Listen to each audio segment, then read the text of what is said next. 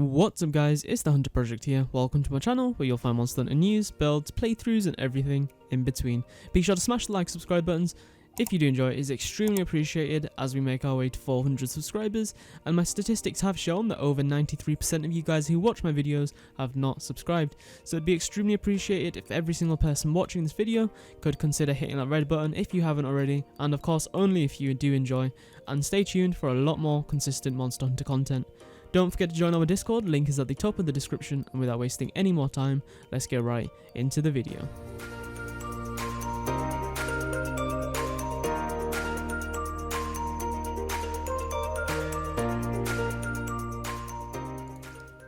Today I'll be bringing you a video for all you first time Monster Hunter players, or even older players that have had a break from the series for a while, as to why Monster Hunter Rise will be the perfect place for you to jump into or back into the series.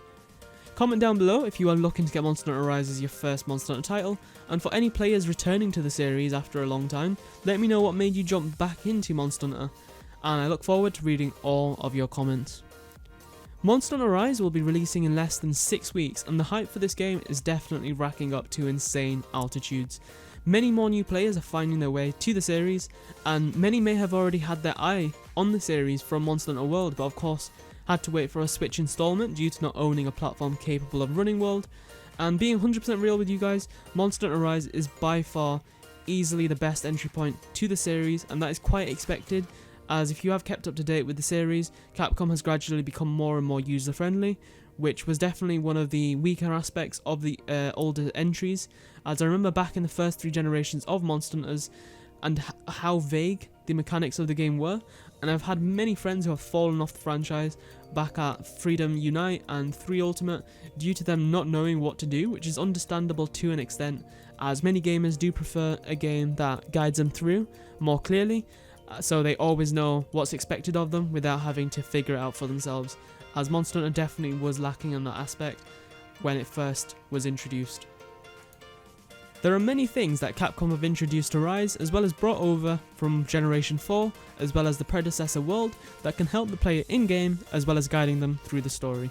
Jumping straight into these various aspects, we have the removal of monster tracking.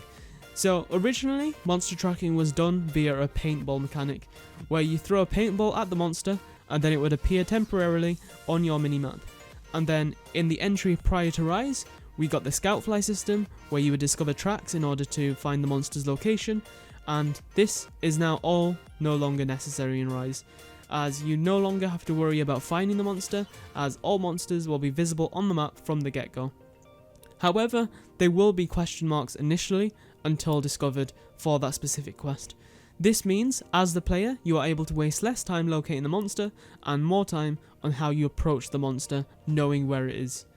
Of course, you could say the question mark feature means you still need to figure out what monster is what, like question mark, which is true for the first time, but generally, monsters tend to stick to their specific areas of the map, so they will be the same each time you do that quest, or each time you play that map and that monster's on it. Generally, where the question marks usually reside will be the same monster each time. For example, in the Monster Hunter Rise demo, Mizutsune is a Leviathan, and usually it will, I say usually, every single time it will spawn on the left side of the map where there's the streams of water.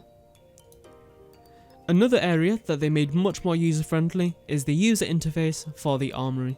Wish lists have been introduced to help you track armor and weapons that you wish to create along your Monster Hunter journey, alongside weapon trees that supply hunters with the information on what weapons lead to which, as well as an overview of all the weapons that are accessible to you at that point in the series.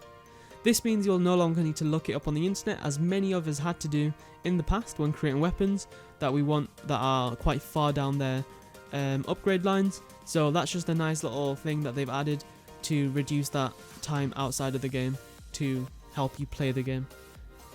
Quest gameplay has also got a few improvements that help any newer players, as well as more veteran players. It's just general quality of life upgrades that just help everyone, and the first one being Palamutes.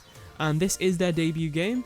And one of the best features that they have is they can act as a form of transport, which is easily the fastest form of traversal in Monster Hunter history, at least from the mainline games, as well as you being able to access your storage box from the tent at base camp to be able to restock any healing items and any like monster traps or equipment that you may require, and even like bullets or arrows for if you are using light bowgun, heavy bowgun, or the bow.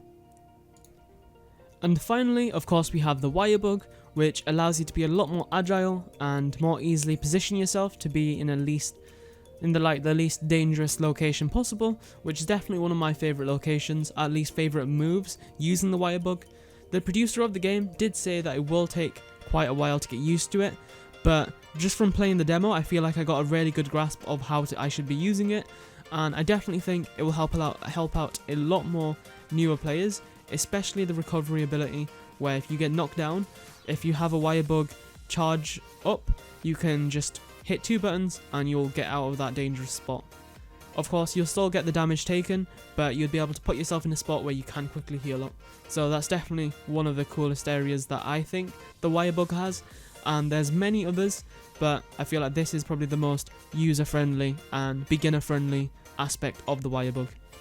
This does bring us to the end of the video, guys. If you did enjoy, be sure to smash the like and subscribe buttons.